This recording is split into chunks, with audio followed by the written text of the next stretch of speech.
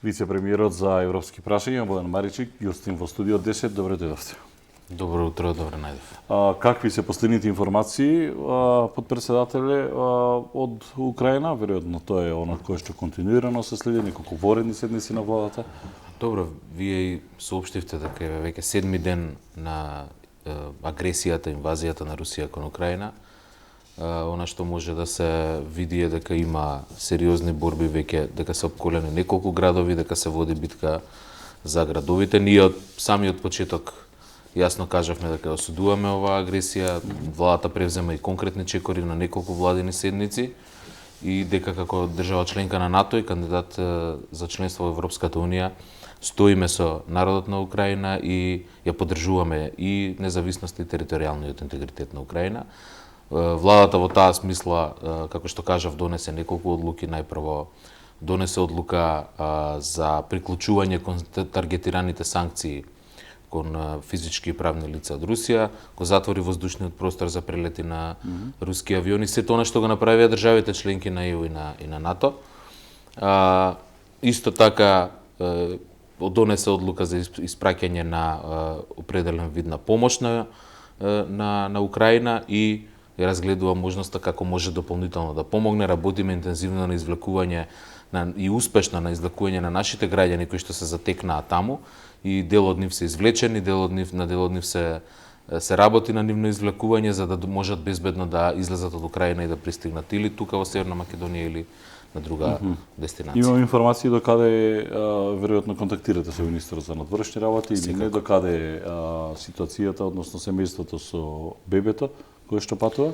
Немам најнови информации, но знам дека нашите амбасадори или дипломатски представништва во сите околни држави на Украина и во Полска, бидејќи нашиот амбасадор во Украина веќе е евакуиран од таму, меѓутоа сите останати и оние што се од Полска, и оние од Романија и од Бугарија работат максимално на извлекување на секое наше семејство и мислам дека се вложуваат напори и партнерски со оние држави кои што имаат веќе коридори или начини на извлекување на нивните граѓани каде што има масовно со илјадници или стотици илјади граѓани, како што е Бугарија, например, во Украина и заедно со нив ќе ги извлечеме и нашите граѓани. Станува збор за голем број на бегалци, не само од наши, туку и од Украина. За сега има некакви најави за сместување или за барање, бидејќи ние сме малку подалеку, овде се Полска, Унгарија, па и Романија до некаде. Полска и околните држави на соседи на Украина веќе примија стотици илјади бегалци. Ние се уште не сме примиле. Имаме капацитети кои што се подготвуваат. Секако не ни е прва бегалска криза во овие неколку години. Имавме неколку и со на мигрантска криза од Сирија, и со бегалците од Авганистан и ова сега. Ние ќе направиме се што е во рамките на нашите можности. Подготвени сме толку колку што можеме да прифатиме времен престој на бегалци за да помогнеме од хуманитарни причини на тие луѓе. Ние имаме искуство и од 99-та година, имаме и сега, значи Северна Македонија покажала и доблест и капацитет и отвореност да помогне на луѓе на пријателски народи кога им е тешко. На повидок ли хуманитарна катастрофа? Ако продолжи војната со овој интензитет или ако трае подолго, секако дека ќе има многу бегалци, ќе има многу жртви, веќе има многу жртви, има и цивилни објекти кои што се бомбардираат. Секако слушнав дека и меѓународните правни аспекти се разгледуваат, веќе правилата за војните се разгледуваат, Женевски конвенции и сето она што повлекува одговорност во тој дел. Оваа ситуација не е ниту лесна, ниту посакувана за нас и ние се надеваме и дека што поскоро ќе се реши оваа ситуација, дека по дипломатски пат ќе се најде решение, затоа што војната не му одговара никому. Се заострува состојбата, иако некои мислеа дека ќе се задржи Путин само на оно што е Донецк и Луганск, сепак веројатно целта, сега не знам кои се информациите и што е она што можете да го споделите, веројатно целта е цела Украина, ако може така да се каже, бидејќи се споменува и Киев, кога гледав вчера Зеленски, синоќа доцна некаде околу 2 часот пополнење го гледав на CNN и ова е тоа кое што тој го говореше.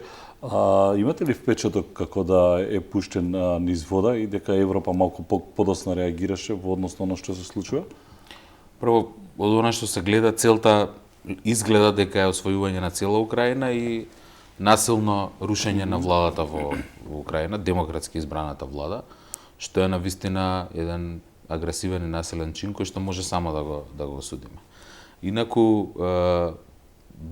имаше предупредување од западните служби или од западните држави дека ќе дојде до ваков тип на инвазија. Не мислам дека е оставен ниту Зеленски, ниту владата на Украина сами на себе, меѓутоа внимателно се влечат чекорите за да не конфликтот се прошири на државите околу, да не дојде до судир директно меѓу НАТО армиите и руската армија, но од друга страна и навистина сериозно и значително да и се помогне на Украина да се одбрани. Украина не е членка на НАТО, меѓутоа е еден вид на партнер на НАТО и треба со сите можности да и се помогне. Видовме дека и Германија и повеќе држави од НАТО упатуваат помош или носат одлуки за помош, Соединетите држави исто така, Британија повеќе пати, така што мислам дека ја добива Украина помошта. Можеби ако дошла порано пред да почне инвазијата, ако веќе се знаело дека ќе било подобро, меѓутоа мислам дека немам впечаток дека ниту политички, ниту економски, ниту воено Украина е оставена сама на себе. Впрочем и немаше да биде во можност да пружи таков сериозен отпор ако немаше поддршка и помош од партнерите од НАТО алијансата. И сега ситуацијата и вокабуларот оди во тотален спротивен правец, апропо заканите на Путин, престанете да ја вооружувате Украина, бидејќи станува збор за милиарди евра кои што ги дава Европската унија во однос на вооружување на Украина и заканата е нуклеарен напад. Реална е таа опасност, сега ве прашувам како држава која што е членка на НАТО, предпоставувам споделувате информации, министерката за одбрана споделува, ние исто така дадовме одредена помош. Русија веќе таргетира, сите ги таргетира земјите кои што ги даваат помош на Украина. Прво, реална ли е опасноста од нуклеарен напад? Последната информација е дека ако продолжи вака, првиот сигнал дека Русија не се шегува ќе биде нуклеарка која што ќе биде испратена кон Норвешко море, која што нема веројатно не би требало да има последици, туку како знак на предупредување. Но веќе постои паника за и околу зголемено ниво на радијација. Ние сме имале во историја од кога постои нуклеарното оружје, значи од по крајот на Втората светска војна до денес, освен во оние ситуации во Хирошима и Нагасаки што значува крај на Втората светска војна, до сега не било употребено нуклеарно оружје. Доколку на било кој начин биде употребено, макар и како предупредување, тоа веќе ќе значи војна надвор од границите на Украина. Тоа нема да биде само војна во Украина. Јас се надевам и верувам дека тоа нема да се случи, дека и до сега имало закани за употреба на нуклеарно оружје порано во ситуација на други конфликти и мислам дека тоа е на ниво на закана. Најдобро е тоа да не се случи и верувам дека ќе се превенира доколку постои реална опасност за тоа.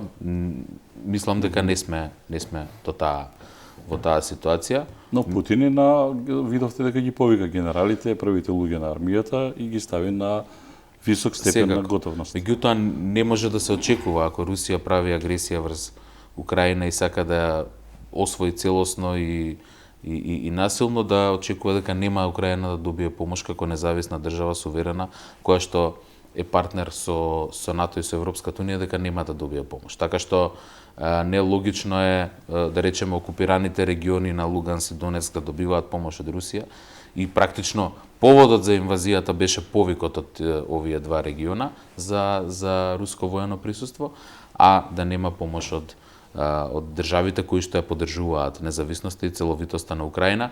Мислам дека должноста на сите држави во рамките на своите можности да ја помогнат на Украина која што е во неволја.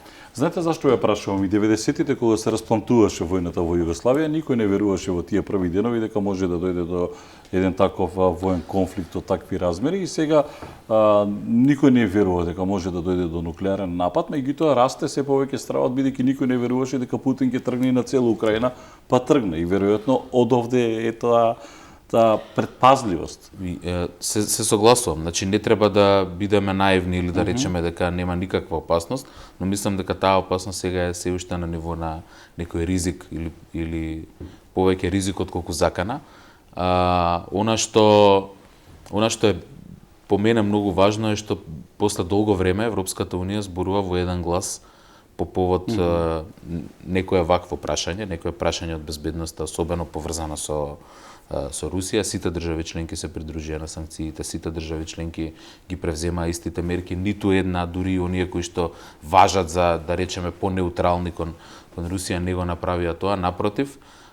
И тоа е добар сигнал дека навистина ова е чин кој што никој не може да го оправда од државите членки на ЕУ и државите членки на НАТО.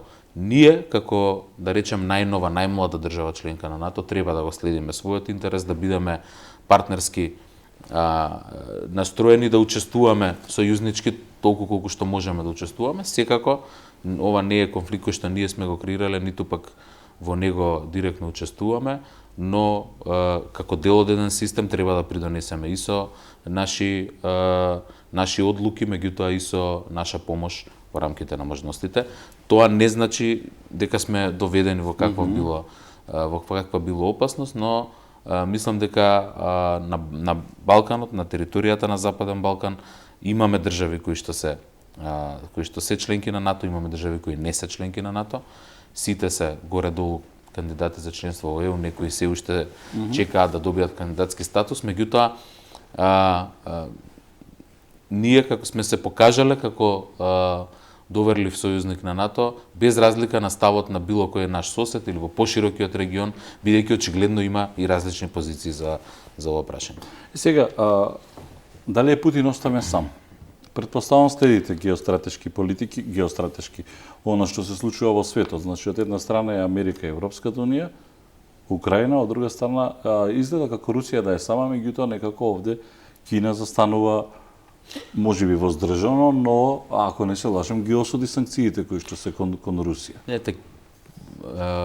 Русија е дефинитивно поизолирана од тоа што очекувала, бидејќи економските санкции кои што беа воведени од страна на европските државите на ЕУ и државите членки на НАТО се навистина сериозни и до сега не биле употребени кон ниту една држава, така што самото тоа ќе и предизвика последици.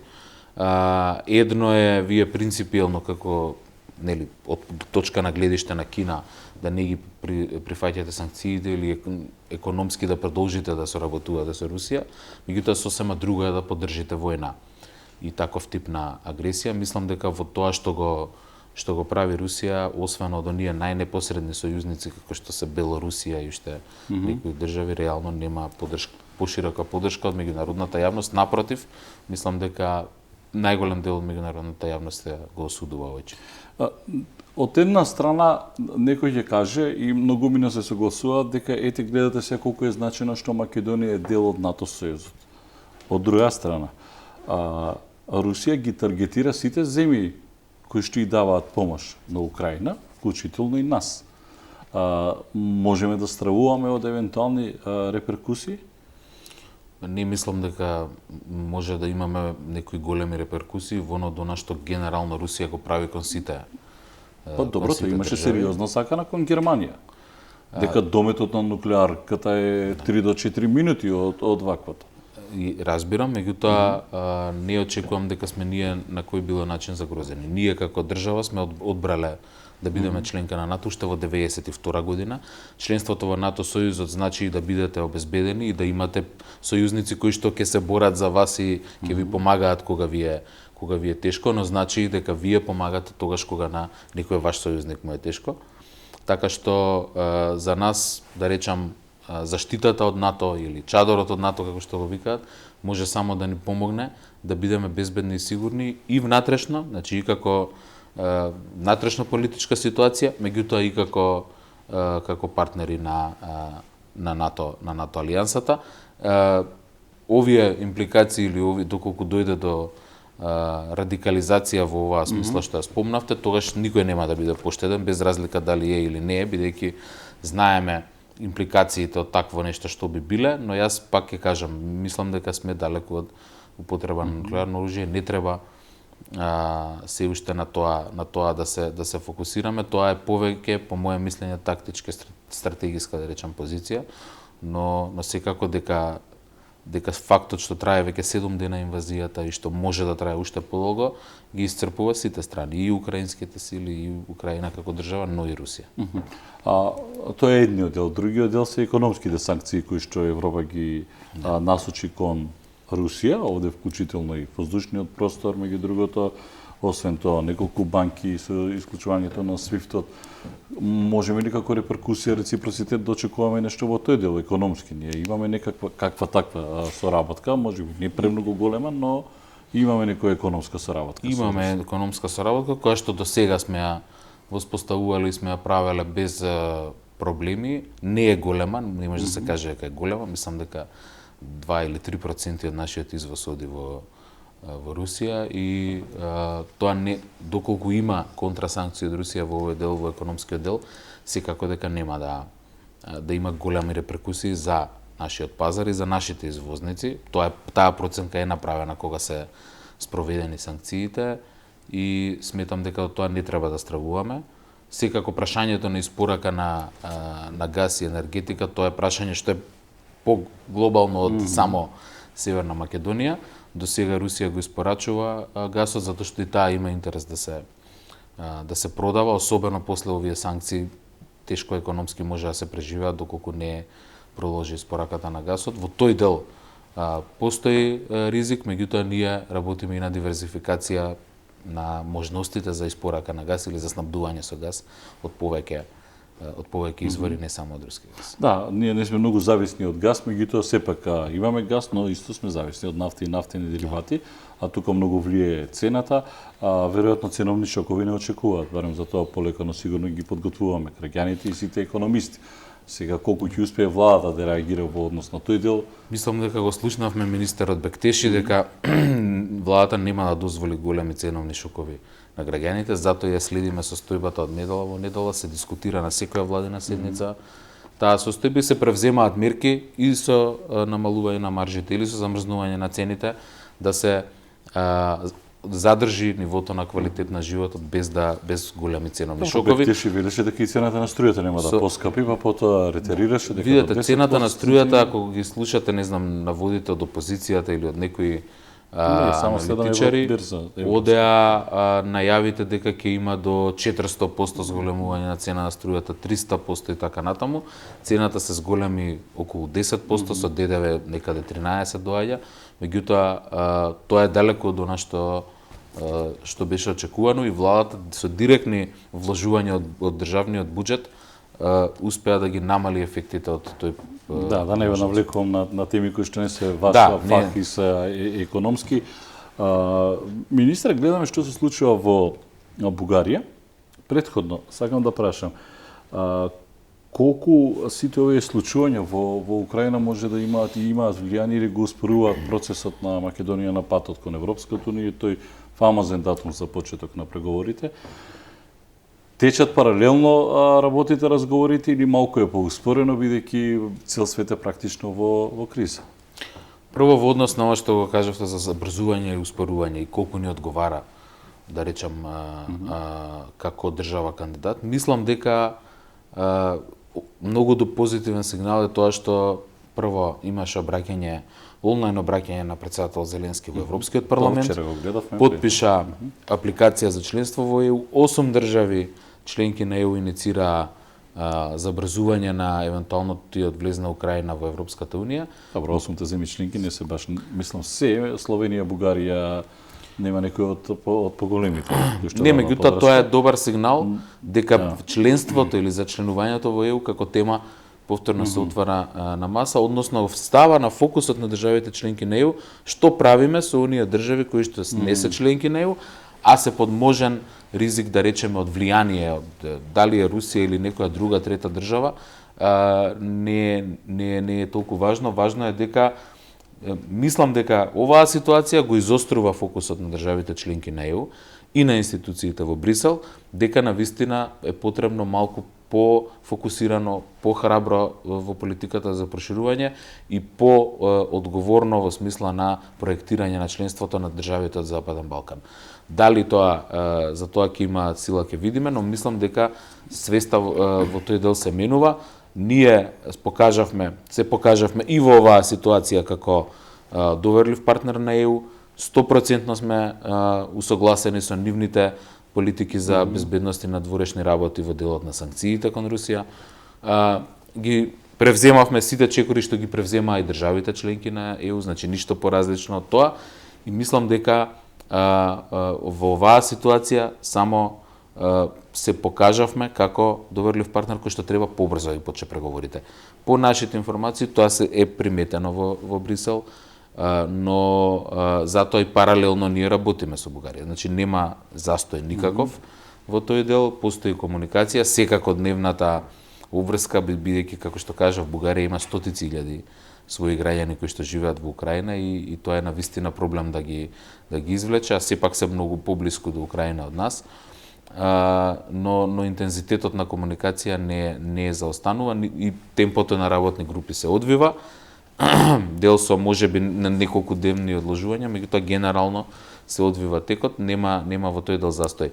Мислам дека е ова добра шанса и за Европската унија и за државите од Западен Балкан да се фокусираат и да го забрзаат процесот. Оние кои што го немаат почнато, а чекаат како ние и Албанија да го почнат што побрзо, а оние кои што веќе 10 години преговараат како Србија и Црна Гора, да им се овозможи да го забрзаат, бидејќи оваа ситуација на долгогодишно чекање, исчекување и бескрајни преговори не им оди во прилог ниту на нас како држави, на нашите интереси, ниту пак на Европската унија, бидејќи кредибилитетот со тек на време опаѓа. А вчера видовме, кога почна руската инвазија на Украина, Европа некако како да беше неподелена, туку како да тактизираше до последен момент со помоште и веројатно чекајќи да видат што ќе се случи. Вчера видовме едно единство, особено во Европскиот парламент, нели се обрати Зеленски, тоа драматично обраќање кој што најде на аплаузи, па потоа го видовме Мишел кој што исто така имаше едно свое драматично обраќање, тука беше и Урсула фон дер Лајен и сите тие кои што дадоа огромна поддршка на Украина, меѓутоа тоа најде на реакции од Русија. Меѓу другото пак во Женева видовме и дека кога почна да збори рускиот министер за надворешни работи сите ја напуштија салата, така што ова ќе биде еден долг процес и сега Украина побара итно да биде дел од Европската унија и членка на НАТО. Затоа прашувам, може ли Македонија сега да се најде на некоја брза лента после оно што го гледавме вчера на патот кон Европската унија? Јас мислам дека само лентата на која што се движиме треба да се забрза, бидејќи чекаме 17 години за почеток на преговорите. Сме ги исполниле сите услови, имаме отворен процес во Бугарија кој што може да даде резултат. Дали може, секако дека може да се забрза и мислам дека треба да се забрза. Добро, што се последните информации? Ковачевски мислам дека се врати од Лондон. Да. Видов дека завчера имаше средба со Вархеј и токму тоа беше потенцирано дека не смее да се чека воопшто веќе кога е во прашање Македонија и Албанија. Ние се согласуваме дека не треба да се чека, меѓутоа знаеме дека се носат одлуките со консензус. Инаку ако зависеше од Европската комисија, ќе ги почнавме преговорите многу одамна. Но зависи од државите членки. Затоа е битно процесот со Бугарија да продолжи и да се забрза за да можеме во една поинаква атмосфера да ги погледнеме работите и да сватиме дека оваа ситуација на наша блокада и на наше држање долго надвор од Европската унија не одговара ниту на Бугарија, ниту на нам најмалку, но ниту на Европската унија. Во Бугарија претпоставам следите што се случува. Мислам дека Петков побара смена на министерот за одбрана. Јанев, тој е човекот кој што беше своевремено и премиер, технички премиер неколку време. Дали се појавуваат руските никулци во Бугарија и имате и Генчева, ако не се лажам, кој што вели не брзајте со давање војна помош на Украина, да одиме прво со хуманитарна помош, не знам, Црвен крст и така натаму. Тактички ги веројатно реагираат. Би било неодговорно доколку јас коментирам за некакви руски николци во Па не, постојано се говореше за држава трета членка страна на ЕУ. во односот на Македонија и Бугарија, трета страна. Прашувам дали ова таа трета страна. Меѓутоа, она што охрабрува е ставот на премиерот Петков, дека Бугарија јасно стои на страната на НАТО и на Европската унија, како држава членка на НАТО и Европската унија, и тоа што практично не остави простор за отстапување од ставовите на владата од определени министри. Меѓутоа, сепак тоа е внатрешна работа на Бугарија, јас не би ја коментирал, бидејќи не би било умесно сега Да, но може да се доведе во контекст со нашето прашање. Но она што е битно за нас е дека владата на Бугарија од начело со премиерот Петков да ги мислам дека и досега успешно ги менаџира. Јасно е дека има определени разлики и по ова прашање. Со Украина имало од овие 4 партии што се во владата, има партии кои што немаат сите подеднаков став за прашањето за Северна Македонија, но мислам дека владиниот тим добро се координира начело со премиерот Петков и дека тој дух ќе продолжи и во нашиот случај. Имаше Петков и реакција во однос на она со сечењето на сликата, дека нема да дозволи било какво дезинформирање и нарушување на односите помеѓу него и Ковачевски. Евидентен е еден нов импулс, меѓутоа како тој ќе се одвива. Знаете, ние со Преспа малку ни беше горко тоа, постојано го збориме и се уште премногу горк тој вкус од членство во НАТО, можеби сега ги гледаме на некој начин бенефитите, но ова со Бугарија веројатно е малку посериозно, овде се историски прашања и многу други. Не мислам дека е многу посериозно или да речеме различно од Преспа. И таму се работеше за името на државата, се работеше за односот кон еден важен сосед како што е Грција. Во слична ситуација сме тука, карактерот на прашањата е можеби различен за некои работи. Или дека дојде едно по друго, па веројатно на ни дојде. Да, меѓутоа мислам дека она што за нас е битно во овој процес е да најдеме едно достоинствено решение. Решение кое што ќе да речам, кое што нема да тежи толку ниту пак ќе произведе некаква голема травма. Мистер, може ли да се знае што е достоинствено решение? Достоинствено решение е решение во кое што ни е заштитен македонскиот јазик и македонскиот идентитет и во кој што за најголем дел од обврските, во тој се опфатен документ кој што го спомна и министерот Османи, би се дефинирале јасно обврските на наша страна, но и обврските на страна на Бугарија и јасен пат до отклонување на ветото. Значи, тоа е се извлечена поука од претходниот преговарачки процес од 2 години, кога имавме различни барања во различни фази, кога тешко беше да се свати целосно што Бугарија сака да постигне, кои се отворените точки. Мислам дека сега имаме друга ситуација, имаме јасна листа на прашања кои што се отворени, по секој од тие прашања можеме да и работиме на тоа да определиме некој пат за решавање, значи кои чекори треба ние да ги превземе, а кои Бугарија. И секако, која велам достоинствено и врз основа на европски принципи и вредности и меѓусебно почитување, тоа е да не може да се оспори правото на македонски јазик и на македонски идентитет. Значи јазикот и идентитетот се оние работи за кои што не се преговара и сега некој ќе ви каже јазикот од кога? Од 44-та? Знаете во која насока одат дискусиите? Ние погледите околу македонскиот јазик имаме различен поглед со Бугарија, тоа не е од сега, тоа трае од првиот пат 99-та година сме подпишале декларација меѓу двете влади во која што се наведуваат македонскиот јазик согласно уставот и бугарскиот јазик согласно уставот. А така и во оваа декларација, ако не се лажам, во декларација во договорот од 2007 истото, да. Така што според нас прашањето на јазикот ние немаме проблем со да кажеме дека нашиот јазик има секако длабоки корени, но дека е кодификуван по Втората светска војна, што е факт, значи не е тоа нешто што ние треба да го оспоруваме, меѓутоа има корени и пред 45-та, кога е кодификуван и она што е за нас важно е дека тој е признаен меѓународно одамна како посебен јазик, се изучува на катедрите по јазиците, бил еден од трите официјални јазици во поранешна Југославија, уште во 70-тите години е класифициран во јазиците на Обединетите нации, со договорот од Преспа е ставен во нашата лична карта во Обединетите нации, така што ние немаме апсолутно дилема околу нашиот јазик. Многу се говори за отварање на уставот. Свесни сте, претпоставно, за таа отстапка, треба да се прави, не треба да се прави. Постои ли навистина таков разговор за отварање на уставот? И Радев каже дека ќе кренеме рампота ако бугарите влезат како народ, бугарскиот народ ако влезе во уставот.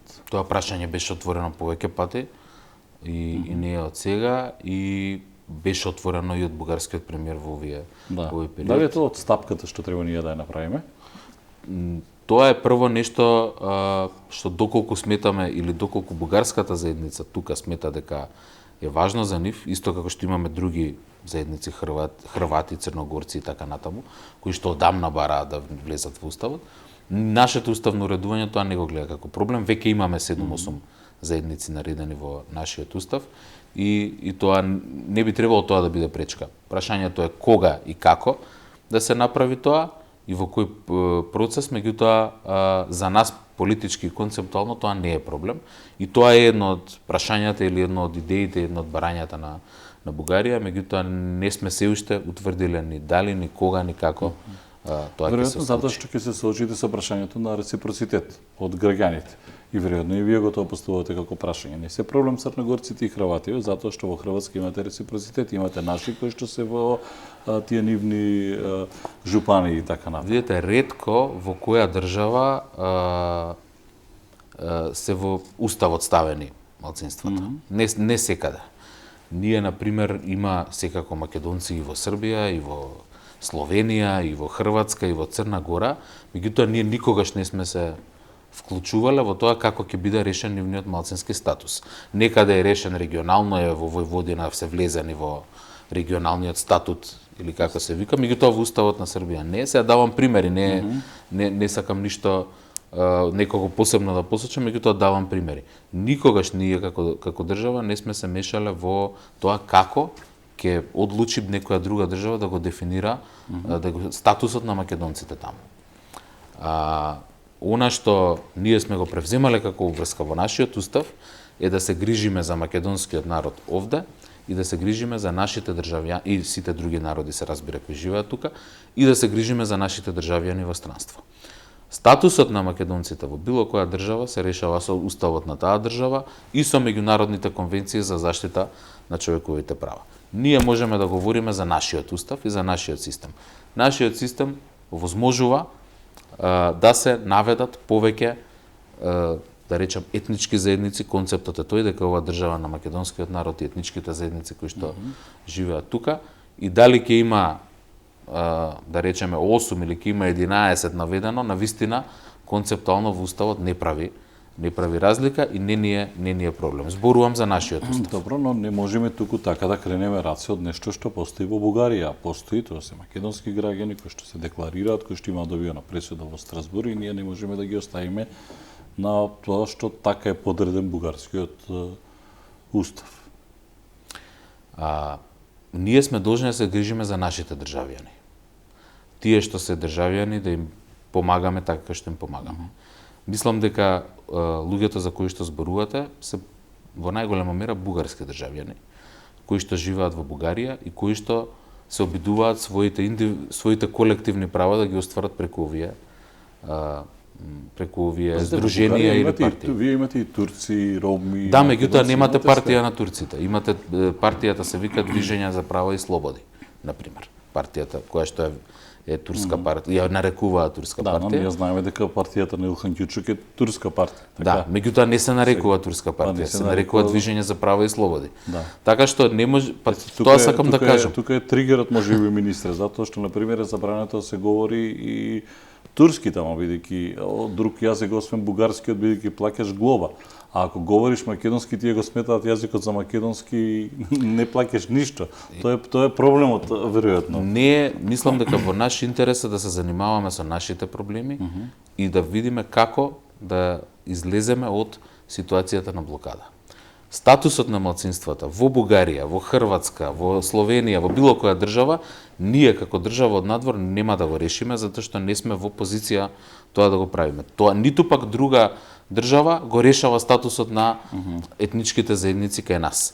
Ниту кога сме го отварале уставот во пред 20 години, ниту подоцна во подоцнежните фази, така што мислам дека најдобра стратегија за нас е да се фокусираме на она што е наша уставна обврска, грижа за македонскиот народ и за државјаните, без при тоа да се мешаме во внатрешните прашања на било која држава. Ова сум го кажал и повторно ќе го кажам и колку пати да ме прашате истото ќе го кажам. Да, и не идувате на критики. Мислам го носите товарот вие. Што мислите вие дека е најдобра стратегија да правиме? Дека ние имавме во уставот, ако се сеќавате 91-а, треба да јавноста да знае како сме дошли до оваа ситуација денес. Во уставот 91-а пишува дека ќе водиме грижа за македонците во сите соседни држави. Тоа беше повод Грција да го отвори спор, меѓу другите работи, Грција да го отвори спорот во Обединетите нации, велејќи дека таа одредба од нашиот устав значи дека може да имаме територијални претензии, без разлика колку е тоа реално или нереално, сите знаеме дека е тоа нереално. Меѓутоа таа после ова што се случи со Украина, не верувам. Па добро, може би со право Грција реагирала. Од каде ние да ги знаеме интересите ако дека Македонија нема да влезе во сојуз со Турција, па да тргне да го освојува Солун. Карикирам. Значи ние па точно така, ние сме имале политички Путин нема да направи, па ете направи цела агресија. Серијата на чекори пред се на ВМРО ДПМН. Од оние политички изјави дека ќе се прават конгреси во Солун. Од оние, да речам, антиквизација или процесот на антиквизација. Да. Сето тоа ги зајакна грчките аргументи дека ние можеби, иако знаеме дека реално не било така, можеби сме имале некакви територијални претензии. По договорот од Преспа, тој членот и уште предходно е променет, меѓутоа и по договорот од Преспа тој член од уставот е исто така дополнително преформулиран, каде што ние истакнуваме грижа за нашиот народ и нашите народи тука и за нашите државјани надвор од државата. Така што сме почнале 91-а од одредена точка, еве, таа што ја спомнавте вие, денеска сме во таа точка свесно утврдено со двотретинско мнозинство од собранието. Тоа е прашање на факт и ние сме, тоа не значи дека ние негираме дека постојат македонци било каде. Меѓутоа, секоја од тие заедници се различно, од нашите македонци се различно организирани во различни држави. Некаде се во здруженија, некаде во партии, некаде не можат да ги остварат целосно правата, меѓутоа ние никогаш како држава не сме превземале чекори во друга држава за да направиме разлика во однос на тоа. Добро, и до каде сме сега на патот кон Европската унија во услови на време невреме? Беше ковид, украинска криза, немавте многу среќа како влада, како владеачка гарнитура, ве зафати се што можеше, уште нуклеарен напад да не зафати. Видете, ние до каде сме? Немаме можност да бираме со кој можност со кој нешто реално опипливо дека можеме еве ние да влеземе да добиеме датум за почеток на преговори, да почнеме да преговараме, бидејќи видовте што се случи со Србија. Апропо тоа, бидејќи Србија се уште не зафаќа страна во однос на оно што е Украина, Русија, односно ни риба ни девојка. Македонија и Албанија може ли да отидат пак, ќе кажем, на таа брза лента, па попат потоа да ги решаваат сите оние горливи историски прашања? Видете, ние историските прашања секако не можеме да ги решиме пред отварање на преговорите. Тоа е јасно. Иако имаше еве сега пријавено дека има напредок постигнат напредок во историската комисија, без да не можам да одам во детали, меѓутоа тоа е добар сигнал. Меѓутоа, тоа е исто така сигнал дека дискусиите и заклучоците за историјата треба да одат во кај историчарите пред се.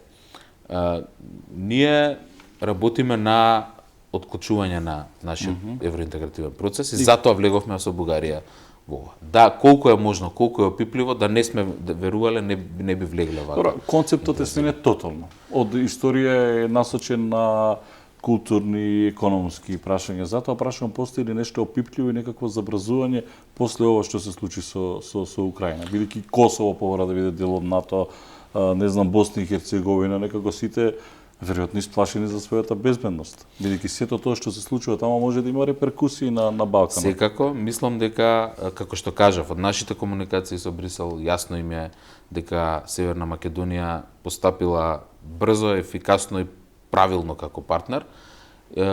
Очекувам во наредниот период да тоа добие и конкретни опипливи форми, меѓутоа да не очекуваме дека некој друг ќе не ги реши проблемите.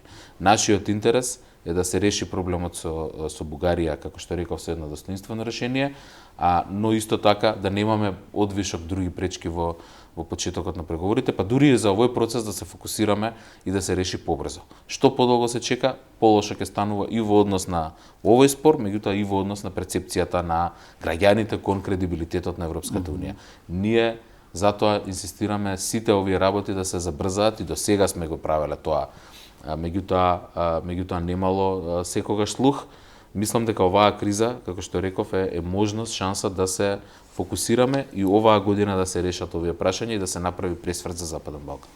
Што е опипливо во неколку наврати споменавте?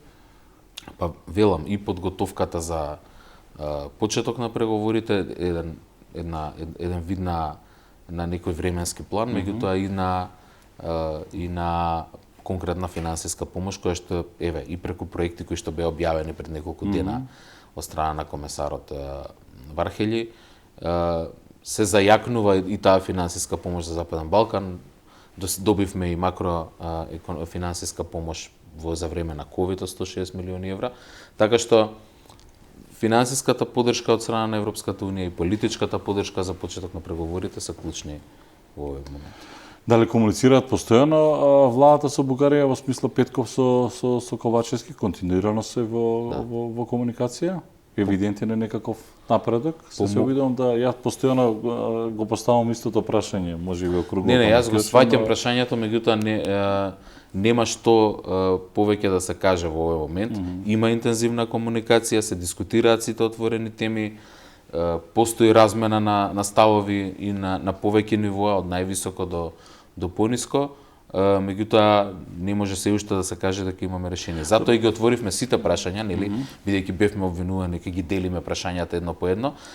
Само едно прашање поделивме во однос на краткото и долгото име, сето останато се решава во пакет. Затоа и треба време да се издискутираат и затворат сите прашања за да можеме да кажеме дека имаме напредок или решение. Да, тоа краткото и долгото име најде малку на подсмев во Бугарија, особено од Борисов кој што го критикуваше Петков, дека можеме да видиме безбедни сега, дека Банско останува наше, меѓутоа тоа е нивна внатреполитичка борба.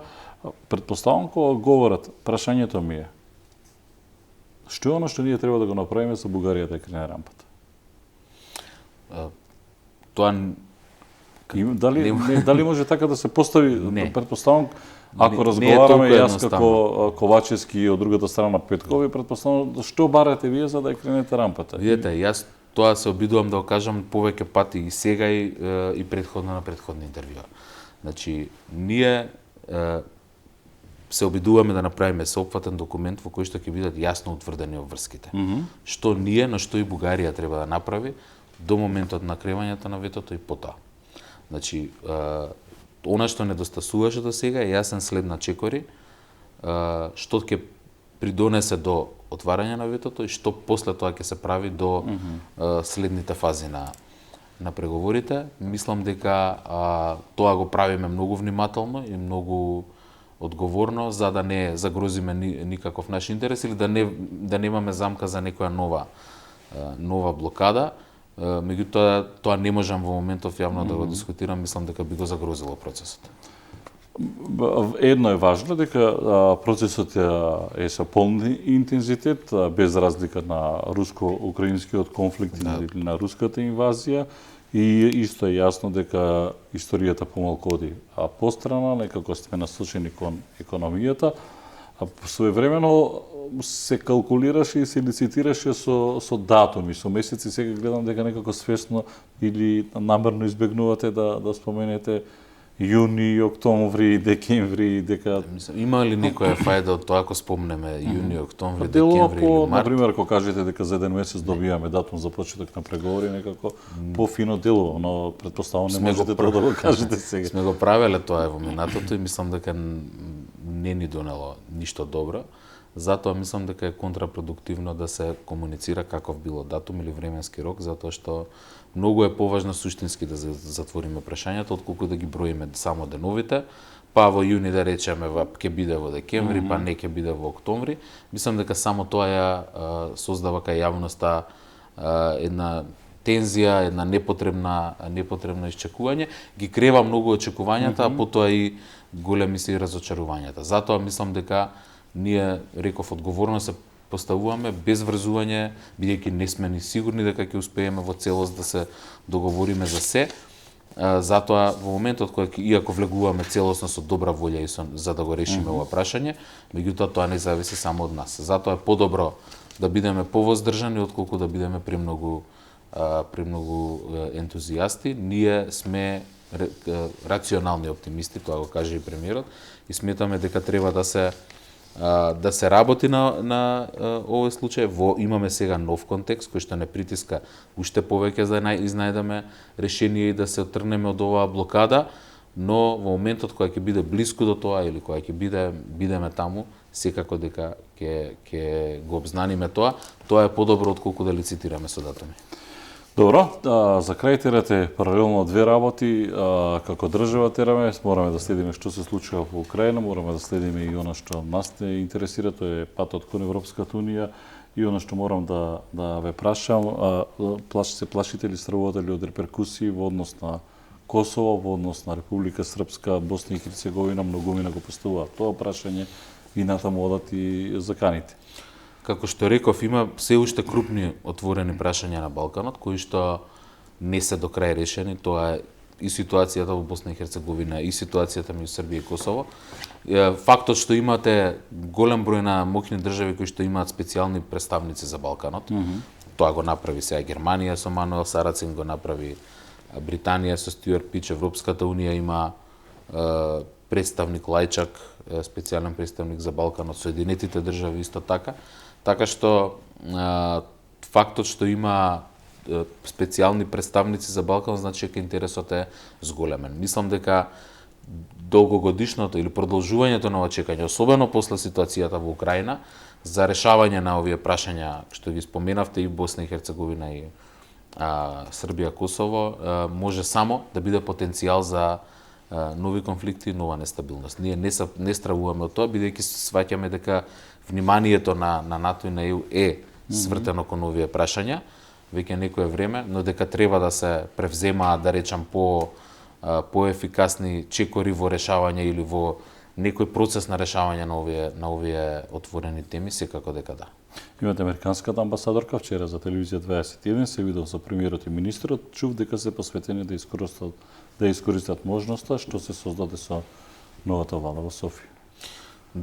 Токму така, значи инаку немаше да има толку интензивна комуникација на премиерско ниво, на ниво на министри, на ниво на работни групи, никогаш не сме имале од кога имаме односи со Бугарија, вака интензивна комуникација на владино ниво. Министр, благодарам што бевте гостин во студио 10, малку ве задржав повеќе од предвиденото. Имате редовна ворена седница владина? Редовно е во вторник, меѓутоа заради отсуството на премиерот денеска ви. Благодарам што бевте гостин во студио 10, Бојан Маричик, вице премиер за европски прашања.